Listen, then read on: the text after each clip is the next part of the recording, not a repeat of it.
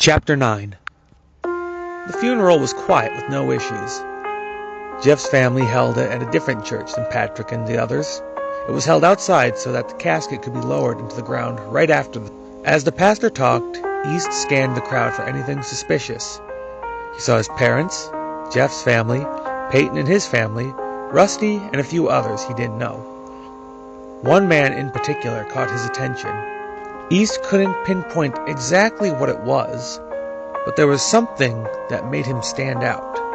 He managed to catch Peyton's attention and glanced over at the man to tell him to keep his eye on him. Peyton quickly looked in his direction, then looked back at East and nodded. The pastor was almost finished with his sermon when he looked up from his Bible. He paused as he gazed out across the graveyard.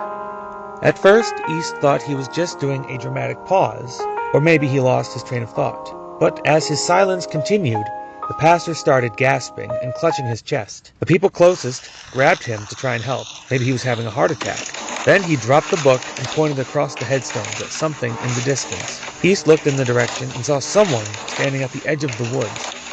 The figure stood there for a few seconds before turning back to the forest. East didn't hesitate.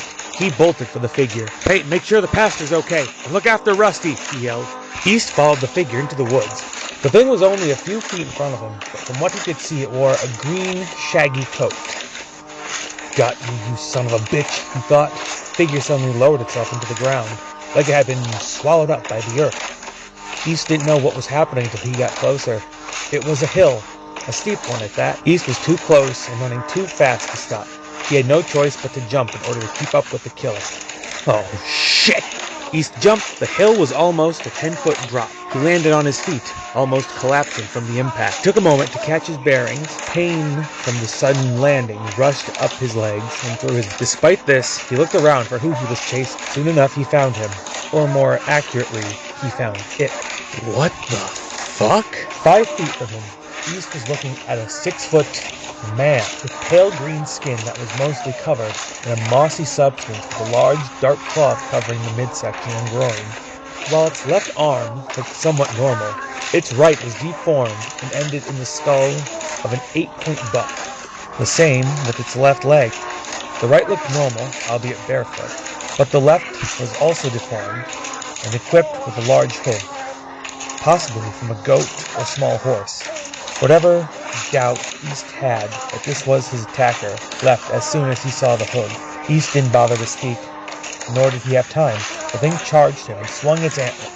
East dodged and delivered a kick that barely phased him. The thing delivered a punch to East's face and knocked him down. He jumped back to his feet. He opened his trench coat and pulled out his tomahawk. He swung the hatchet, but missed. The thing kicked him back. As East got back up, the thing began to circle him like a predator would circle its prey. With the tomahawk, East lined up his sights as best he could and threw it. The hatchet missed and landed in a nearby tree. The thing looked at the weapon. With its left hand, it grabbed the handle and effortlessly yanked it out of the tree bed. East glared at the creature. He reached into his coat and pulled out the magnum. He prepared to fire, but... "Police! Freeze!" Both East and the creature looked up at and saw the man East saw at the funeral. He was aiming a gun at the thing. East looked back at the creature. It glared at him before letting out a low growl and running into the woods. The policeman fired his gun, but missed every shot. East put his magnum away and took chase, but he was stopped by the policeman. "East, wait!" "Damn it," he thought. East turned to face the cop as he carefully walked down the hill. "You a cop?" he asked. The man held up his badge. "Officer Andrews." "You remember me, East?" East nodded. "Yeah, I remember you. Jerry and Carl asked you to watch me?" "Afraid so, kid." East looked back in the direction the creature went. From a distance, he saw a man looking back at him. He had dark hair, a lengthy build, and wore a plaid shirt.